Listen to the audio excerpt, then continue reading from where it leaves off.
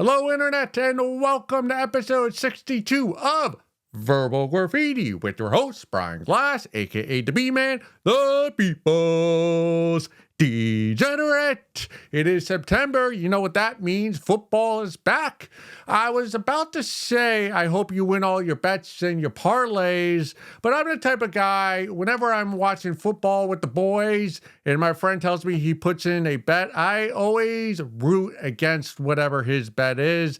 Do all of you do that with your friends, or am I an original with that? Does that make me a terrible friend, a terrible buddy, not one of the boys? I don't know. I don't gamble, so I kind of get a thrill out of watching my friends, the agony of defeat in their eyes, because none of us are athletic and play, real sports. We have to watch others do what we wanted to do when we were kids. Goal of this episode is not to say, like I noticed last episode, I was using those idioms too much. What else? If you have a significant other, boyfriend, girlfriend, spouse, same-sex lover, I advise you go out and cheat on that person tonight after you lose your football bet. Why not? Have some fun. Cheat on them. It's new pussy, new dick. It's always better than old, boring, same person you go home to every night. We like the thrill here. We like that anxiety, that post-cheating anxiety. It does eventually go away. So I'm rooting for you to go. I'm rooting for you to lose your bet, and then I'm rooting for you to go cheat on your spouse and not get caught. I've never really cheated on any of my partners in my past. Interesting we bring that up. September 2024. Yes, that's the month. This is a month I have been dreading for about the past 5 years. Reason being, I tried to be economical about 5 years ago. And what I mean by that is I had online, I bought condoms in bulk. Trojan, because I trust the name brands, especially when it comes to my sexual health. So I bought a bulk pack of, I don't know, it might have been 50, 100 rubbers. I've barely used any of them. And again, we as we've mentioned many times before here at Verbal Graffiti, we are pro. What's the way? We are pro non-safety sex, so we don't advise using condoms unless you have to, if you're having sex with someone with HIV. But other than that, don't be using rubbers. But again, back in the day, I was a bit more safe with my sexual activity, and I had bought all these condoms thinking, well, I'll buy them in bulk, save some money, because all of us know when you go to the gas station, you buy the 3-pack, it costs you, I don't even know what it costs you now, $8 for 3 condoms. It's way too pricey for the B-Man. So yes, I bought a big box of them, thinking I'm good to go. But the last year or so, I've realized I have a lot of those condoms left, and they all expired September 2024. So now I have a box of barely used condoms that I have to throw out, waste the money, and also just. It's almost the same thing with here at Verbal Graffiti. When I started this project, in my mind, I was like, well, this is going to blow up. I'm going to get a lot of followers. I'm going to be able to start to sell tickets on the road when I do stand-up comedy. I'm going to be able to sell merchandise. I'm going to be able to quit my day job. And this is going to become my full-time career financially. And I'm about... What is this? Episode 62. I have 37 followers on YouTube. And that's after 2 episodes per week, every week. I've been pretty persistent with that, with all the money I spent on the camera and the lighting. Again, when I started the project, I was thinking big. I had so much confidence in myself. Same thing with the condoms. When I bought the box, I was thinking, well, hey, I'm going to be having sex every week, even though I'd never done so before I bought those condoms. I was an idealist. I'm a dreamer, an idealist. I was thinking big. I had hopeful thoughts, and now I have to dispose of all these condoms that I have not opened. I've kind of been stuck in my underwear drawer for the last few years, in the dark, the shadows. They've never come out, and just having to throw them in the garbage. Yeah, I'm seeing my failure, my dreams, my aspirations just go away in the waste bin. Terrible for the environment, terrible for my love life. It's all there in front of me.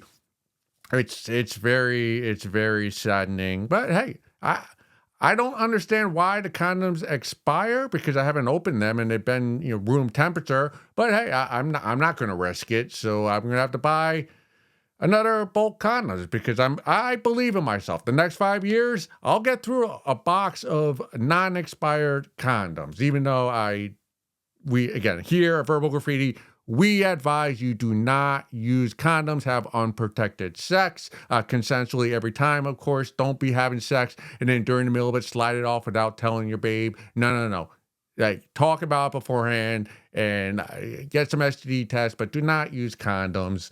So maybe it's a positive that I'm going to throw them out. Similar, this whole having to throw out these bulk Trojan rubbers reminds me of one of my favorite jokes. I was maybe 2 months into comedy. I don't know what year, 2012, 13, 14. I was at Joker's Wild in New Haven. It was a comedy club that no longer exists. It was a run by some gangsters, bikers. They never had their heat on. They had an open mic every Wednesday night. Every night I would go and I'd be filled with anxiety. So that even thinking of Joker's Wild, it fills me with dread. Because I wasn't confident in who I was as a comic back then, rightfully so. I was dog shit back then. I used to remember everything I was going to say, word for word, and I would just zip through my material, no pauses at all, I didn't take into account the audience and the laughs, which I barely got back then. They never had the heat on. They had a big window by the side, which is terrible for a comedy club. You want a dark, enclosed room with a low ceiling. But my favorite comedian, if you're watching this at YouTube, go watch the description of what my Verbal Graffiti is, that little write-up I have on my front page. I mentioned this comic, stand-up comedian Dan Calwhite. He's one of my favorite comics of all time. He's much funnier than I am. Go see him live if you're in the Northeast area. At the time, he'd been doing comedy a few years. I really looked up to him. He had a joke. It was right before Christmas. And I'm going to butcher this joke, but it's a math joke, and it was over 10 years ago, so I'll say it. The joke goes something like this. Dan's on stage. He goes, yeah, the average American has sex something like 50 times a year. It's December 24th. I need to have sex 47 more times in the next week or else I'm going to be below average. And I still remember that joke all these years later. Dan Calwhite, one of the best. So I did not get... I don't know, I had 100 condoms. I needed to get through like 97 the last month. I did not do so. So over a decade later, I can relate to Dan Calwhite with that joke. There's something else I want to talk about, but that was enough of rambling. Let's get into something I found on Reddit. I found this one very, ooh, look at that. Another Kamala Harris text. That babe is blowing me up. I wish babes in my real orbit would text me as much as Kamala Harris and her team text me and just badger me asking for money. It's real. The only people I get messages from now are Kamala Harris in my family group text message, which I despise. I told my family all the time, I hate group text messages because you open up your phone, there's 17 messages because you put it on mute and you're, what the fuck happened? Then you open it and it's all it is photos or nondescript information that you get excited when you have 20 unread messages. I get excited, and when I open it and it's just family drama, I am so anti-group text. I don't understand why. I've lost so many friendships because I mute every group text. So be it. I will die on that hill. I am anti-group text. Fuck all you all who are blowing up my phone at 7:30 in the morning because you know I don't get up until 8:30. All right. Back on target here. Found this one on the subreddit Mini Golf. The B-Man, I love mini golf. All right, mini golf mini golf courtesy. Yes, I'm learning how to read. First time posting here. Usually my BF, that stands for boyfriend, and I will go play for fun to let off some steam. We were on a course when this big family behind us kept getting really close to us. We would ask them to give us some space, but then at one point, while we were still playing and getting ready to go to the next hole, their son started hitting his ball, which hit ours out of their places. Eventually, the little boy hit the ball so hard that it hit my ankle, and he started running across the course to get his ball. Is there like a common courtesy rule when it comes to playing mini golf? Yes, there is a lot of common courtesy. It's very similar to real golf, and I'm not a golfer, and I'm very proud that I'm not a golfer because that is a very expensive and time-consuming hobby that's done early in the morning. And like I just mentioned, I do not get up before 8:30 a.m. and that's on weekdays. Don't even get me started with weekends. The common courtesy with golf and mini golf is if you're a big party and there's a smaller party behind you, so let's say you're a big group and there's two people golfing behind you, mini golf, and they're moving quickly, you get out of the way. You just kind of step to the side. You let the group of two or the quicker party play the hole that you're supposed to be doing so they can kind of jump you in line. So you know, like if the people behind you are very quick and you're holding them up, you just step out of the way, let them play a hole and get in front of you. It's so that the line just keeps moving. The last thing any of us want when we're out blowing off some steam, whether it's golf or mini golf, is to get stuck in line in a traffic jam and you just get frustrated. So hypothetical, you're at a real golf course and you're with the guys and none of you are the real good golfers and you're really just golfing as an excuse to day drink. If you got a couple scratch golfers behind you, you let them play through it. Hey, pull your balls aside. Say, hey guys, you guys are real scratch golfers. You're actually keeping score. Get ahead of us. This is actually a bit unique because you're the twosome and the family is faster than you and your man, which is a little odd to me. My thinking is as well, if it's a bigger family, there's more of them. So you should be moving quicker than the family behind you, which makes me assume that you and your boyfriend don't play mini golf very often. Not judging. I play once per year at Safari Golf, the best golf country in the country, Berlin, Connecticut, Berlin Turnpike in Connecticut. It's a safari. They have fake giraffes and it's on a hill and they have a waterfall. It's awesome. It's $20. Go there if you're in Connecticut. So that is the common courtesy. Actually, when it comes to common courtesy with golf, think of COVID and social distancing when that was a thing. Remember being in a grocery store, how everyone had to be 6 feet apart? Same thing with mini golf. You don't want to get like dick to butt or what's it, like shoulder to shoulder with the people ahead of you. You always just want to keep some breathing room between each party, even if it's crowded, because you don't want to be on top of each other. Because when you're playing mini golf and you're being serious and you're keeping score, you want your space. You don't want anyone getting up next to you, especially if you don't know them, especially if they're cunty little kids like this. So I'm on your side. I have to say though, I don't know if I'd want to hang out. Actually, no. Let me say this. I do not want to hang out with you and your boyfriend.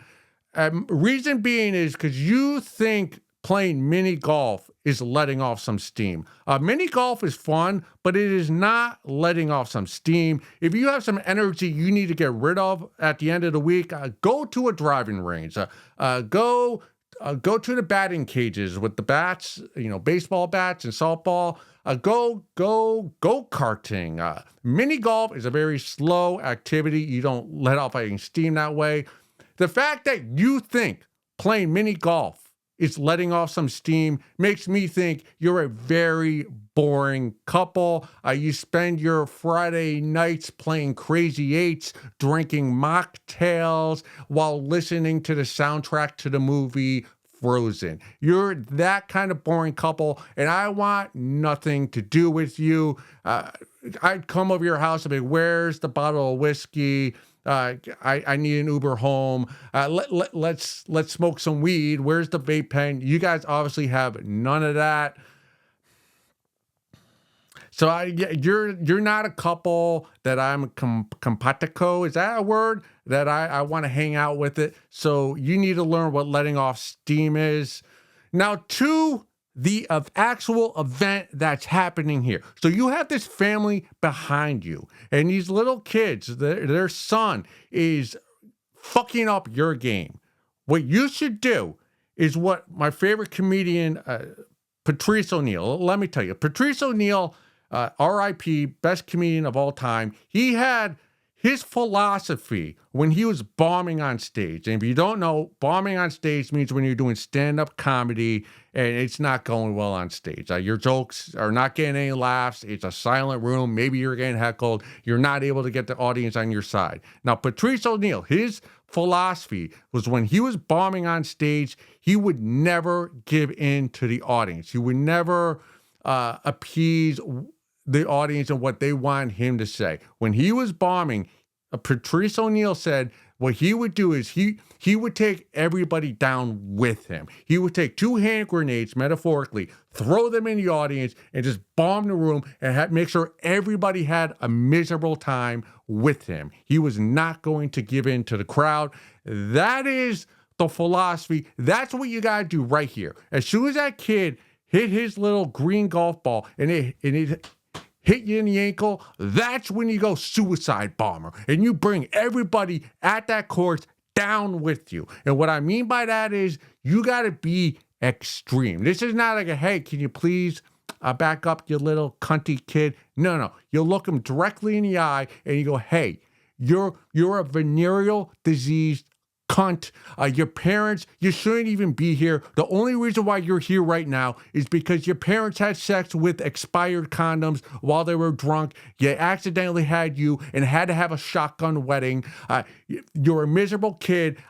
6 years from now, you're going to get kicked out of school for vaping weed, doing cocaine, getting into a fight with your physics teacher, and you're going to be stuck in juvie hall. That's what you are. You're a juvie kid, and you say it loud enough so that their parents can hear them. And then what you do is you start sucking face with your boyfriend right there, to grabbing ass cheeks, and you look at that little kid and you go, you're a virgin, and you'll always be a virgin, because nobody wants to suck face with a little twerp who doesn't know the rules of mini golf. And you really go in on that kid, and you can't hit the kid, but what you want to do is after you're sucking face and you call him a little cunt, that little venereal diseased cunt, you take the club, you break it over your knee like you're Jose Canseco, and then when the parents come up to you and they get in your face, you get the back, you go right back in their face, and you just don't say, go suck a fat one and keep playing. No. You look those parents in the eye and you go, listen, this is the deal. You are shitty parents. You don't know how to raise kids with manners. So what I hope happens is that when your kid is in the juvie, that you run out of money and you can't afford a lawyer, so he has to stay there and then you go to the big boy prison. And I hope you lose all your money on lawyer fees and rehab, because your kid's going to be a junkie because you're shitty parents and you don't know how to raise them. So he's going to end up on the streets of Philadelphia, probably overdosing the fentanyl. And I'm going to be happy. We're going to be happy when your kid dies of an overdose. And when he does, we're going to show up at your wake and we're going to clap and we're going to say, good, your little twerp died. He ruined we play mini golf. We paid $20 to let off some steam, and your little twerp of a kid, that little venereal disease cunt that you didn't even want to reproduce, that you didn't even want. That's the only reason why you're married. He ruined this evening, so we're glad your lives are ruined. And you want to be so obscene, so loud, when you just go off on these parents and this little twerp of a kid, that the teenage manager is forced to come to you, separate the two of you, and kick you both off the course. Because heck, like Patrice O'Neal said, bring everybody down with you. That little family, they ruined your golf outing, so it's time for you to ruin theirs. So have the manager have to kick the both of you out, be permanently banned, and that's not where it ends. That is not where this vendetta ends.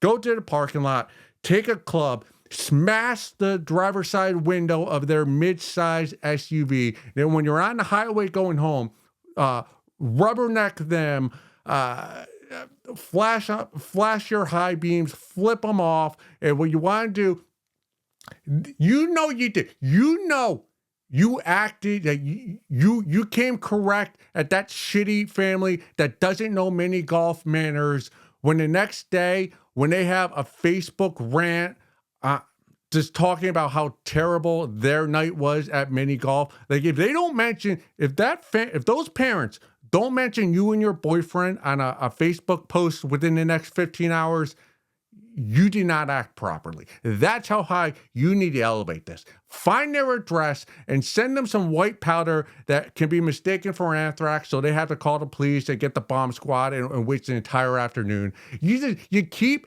agitating them. You just keep at Mischief Night, October 30th, go TP, egg their house. Just prank call, have 10 pizzas ordered to their house.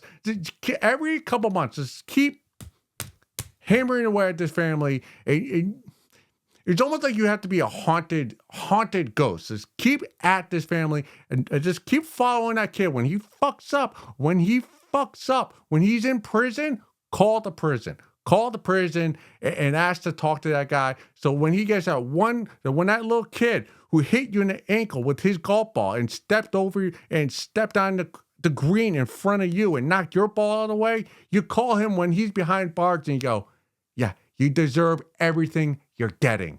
Go suck a fat one. That's what you do. You didn't do that. I don't know if you have that in you because, like you said, you think playing mini golf is letting off some steam. So I don't know if you have that anger that you need, that testosterone, if your boyfriend has the testosterone that is needed to bring it to such a level that we want you to bring it here at Verbal Graffiti. But we hope you have that in you. And I hope you reach out to this family and just be a nuisance to them till the day their son gets life in prison or dies of an overdose. Let's go look at some photos.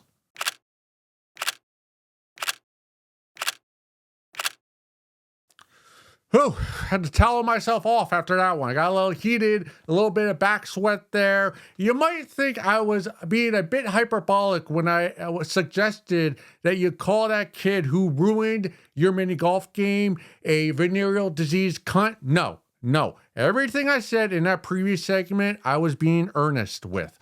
Going mini golf might be my favorite activity during the summer. I look forward to it all winter. So when it comes to that day, that evening, and I go out to Safari Golf and to have it ruined by a little venereal disease cunt, he deserves everything that's coming to him. And yes, I do hope that little kid grows up, has to go to juvie, has to go to big boy jail, and dies on the streets of a U.S. city because he has open lesions for being addicted to whatever drug in the future is harder than fentanyl, because I'm sure all the druggies, we're rooting for you to get sober, all the druggies who did not ruin a nice couple's mini golf game. But to all you druggies who have just blown up an outing to mini golf, yes, I hope you do die and don't get help. But to all the other druggies, out there, here at Verbal Graffiti, find a sponsor, get clean. You can get your life back together. But this little kid, I hope I hope I can walk by him and see the open lesion on his calf, and as he just suffer, and he doesn't have enough gauze to get around his calf because the lesion is just swollen so much that he can't keep it shut, and there's just a stream of blood down the curb. That's what I hope to see 10 to 15 years from now, whether it be San Francisco, Baltimore, Philadelphia, Miami, Hartford, Connecticut. He has that coming to him, and I'm rooting for bad things for him.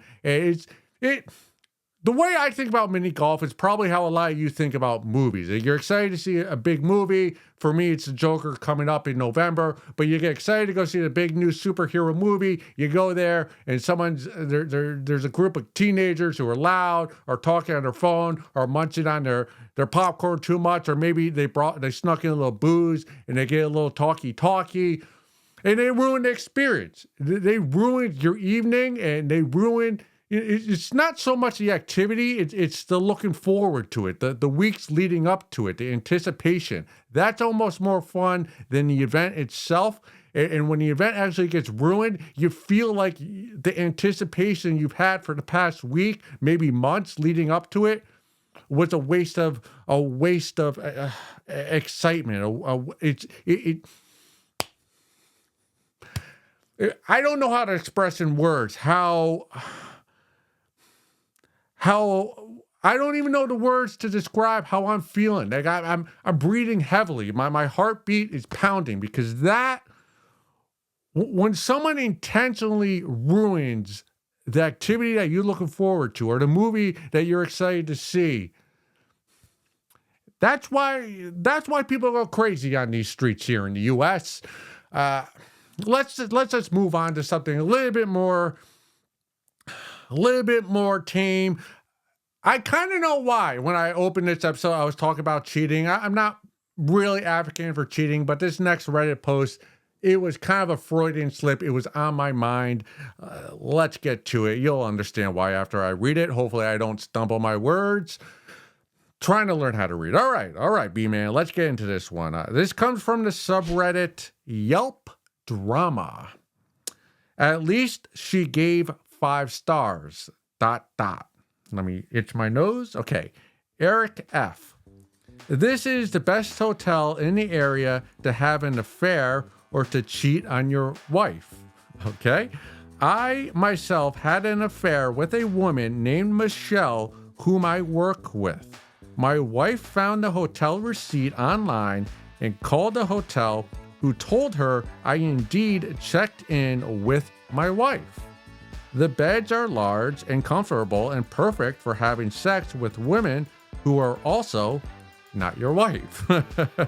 The bathrooms are clean, the staff is friendly, and there's ample parking just in case you decide to meet your partner who you are cheating on your wife with. They're in separate vehicles. I definitely plan on going there again next time I feel the need to go cheating on my wife again. Then again, I won't have to cheat anymore, as my wife is leaving me as soon as she's done writing this review for my Yelp account. Also, I have a tiny penis and sometimes sleep in women's panties. All right. Well, I did some investigative work with this one, and this is not a chuckle for shits and giggles. This actually happened, although through my research on Reddit, it appears this wife, soon to be ex-wife, found out that her husband indeed cheated on her at this hotel, went onto his Yelp account and wrote this review. First, let me say, this soon-to-be ex-husband is a huge fan here of Verbal Graffiti. He is one of our 37 followers. So to the soon-to-be ex-husband who's just cheated on his wife, thanks for watching. We're rooting for you and Michelle, the woman you cheated with. I don't like the decorum here of this wife that got cheated on. We here at Verbal Graffiti, and especially me, the B-Man, we like to keep our dirty laundry behind closed doors, especially when it's dirty laundry is your dirty panties that you may let your husband wear. That's the adult thing to do. Confront your husband about this off the internet. Putting this out on the internet for all of us crazies to see, it's not womanly. It's not adult-like. It's so... We used to behave like adults in this world. Since the internet and social media and Yelp have become a thing, not so often. can't you be like Marilyn Monroe and just do your business behind closed doors, or allow your husband to do so? To me, this is more embarrassing to you, the wife, than it is the soon to be ex husband. Like, you put this out for all of us to see, and we know you just got cheated on, which we would not have known this if you did not go on your husband's Yelp review and do this for all of us weirdos on the internet to see. So I don't. This is more of an indictment on you. It looks more bad on you than it does your husband. Although your husband is not a faithful actor in this. We don't. I'm not going to say I disapprove of what your husband did and his actions, but I don't approve of them either.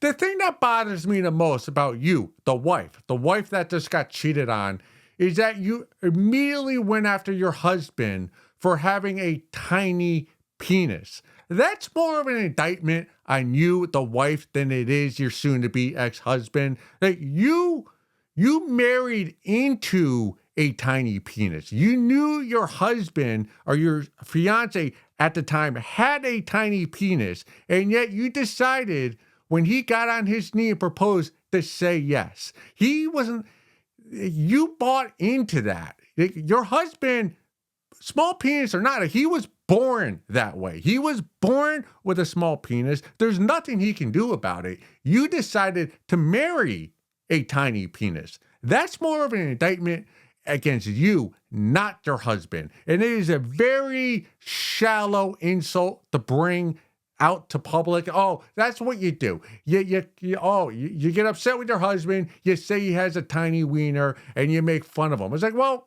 you're the one who's been getting fucked by it for the last 10 years. Maybe you should have brought that up before you said yes. Before you said, after you had sex with him the first time. Maybe you should have ended it there if you're so opposed to a man with a tiny penis. You soon-to-be ex-wife. So that grinds my gears. I do not. I know you're a libtard. I know that because, first of all, your way to get back on your husband is to go on Yelp and to body shame him. And we all know about liberals. It's like, you're not allowed to body shame anybody unless it's a political opponent you don't like or your husband cheats on you. Then it's the very first thing you do is say he has a tiny penis or small hands. Wow, am I really compensating here? Do I have a small penis? Is that why I'm so angry at you and in this response that you put out on Reddit?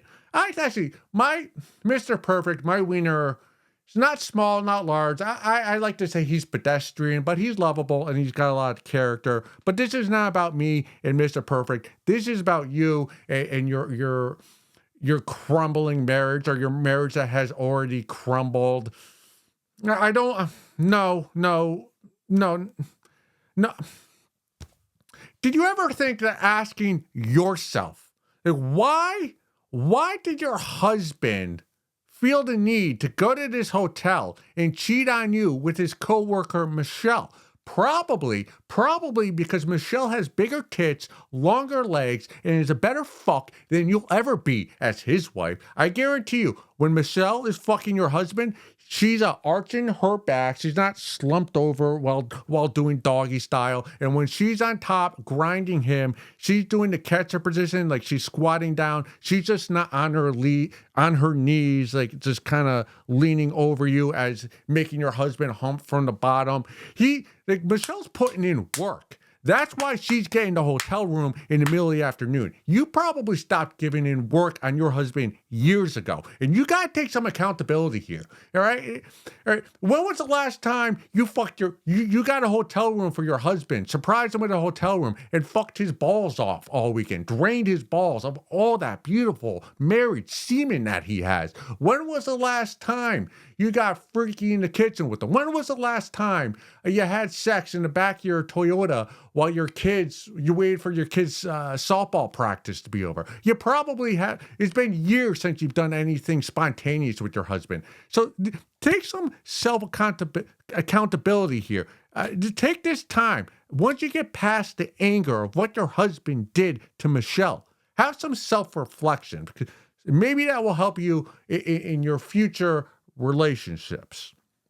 So no, I do not like this Yelp review. I wish I had seen it myself. I would have written this all out, and I hope you do see this. On to the hotel.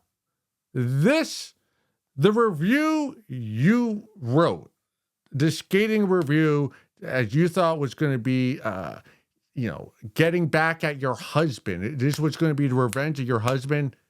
To me, to the B man, what you wrote might be the the best review I've ever read of a hotel. This is what I want out of the Marriott. This is what I want on the Marriott's website. I want to know. I know your hotel room. Hey, when I go to Marriott or whatever high-end hotel, yeah, I know you got a comfy bed. I know there's a mini bar, maybe a balcony, maybe you have a restaurant on the top of the hotel. Maybe there's an indoor pool with a spa. I know every hotel has that. What you told us in your review, that's what I want on the Marriott website in small print on the bottom. I want the Marriott to tell me, yes, if you come to this hotel with a lady in a tawdry outfit with a black eye at 1 p.m., the checkout person, the concierge is not going to look at you sideways. They're going to say, hey, here's your room number. Have a pleasant stay with us. And that's what I want to know. I want to know, yes, there is ample parking so that when I do go there to cheat on my partner, that we could have spaces far away as to not get caught by our snooping wife or girlfriend or whoever our partner may be. I want to know.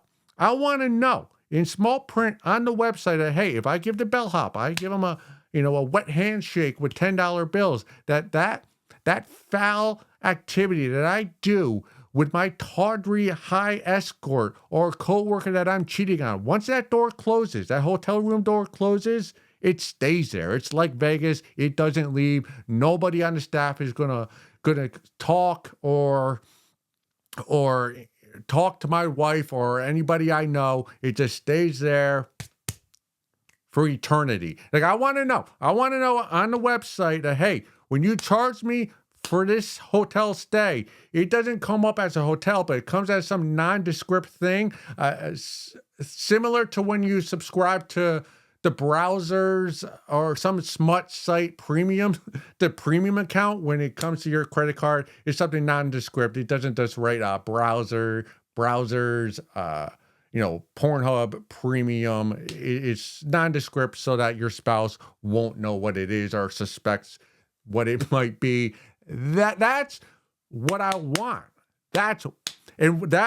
Your Yelp review, that should be on every hotel website around the world. The only thing that really fucked up here, the only really people you fucked up were the workers at the hotel, because you called the hotel, you got the information, you went to the internet with it. So the manager is going to be forced to fire the employees that gave away this information, because it's private information and now it's public. So the manager is going to have to fire the hotel workers who are probably not making a serious wage or salary. So now they're the fuck out of a job because you tried to get back at your husband, although your husband's kind of a boss. He's the one fucking Michelle and you're the one writing on Yelp. So who's the winner in this situation? So shame on you for that. If I was a manager of a hotel, and I did actually think about going to school for hospitality management, that would be a training lesson. Day one, first day employee was, hey, anybody calls to our hotel asking about who stayed and who didn't, we plead the fifth, we plead dumb, we don't say anything, and that's it. You come to our hotel, get buck wild with whatever coworker, with whatever freak you bring there with, whether you're married or not. That would be my training. That would be my lesson day one after signing all your W-2s and all that paperwork. I'm really I'm really happy for your husband that he cheated on you. You keep that dirty laundry behind closed doors. And just one more thing. Making fun of your husband for wearing your undies. All of us guys know that women's underwear is a lot softer than men's boxer briefs and boxers. So don't be hating on a guy for wanting to wear women's undies. Not saying I do, but I can see where your soon to be ex-husband, huge fan of verbal graffiti, why he would want to do so. So to you, and not your soon to be ex-husband, but to you and everybody else, go suck a fat one.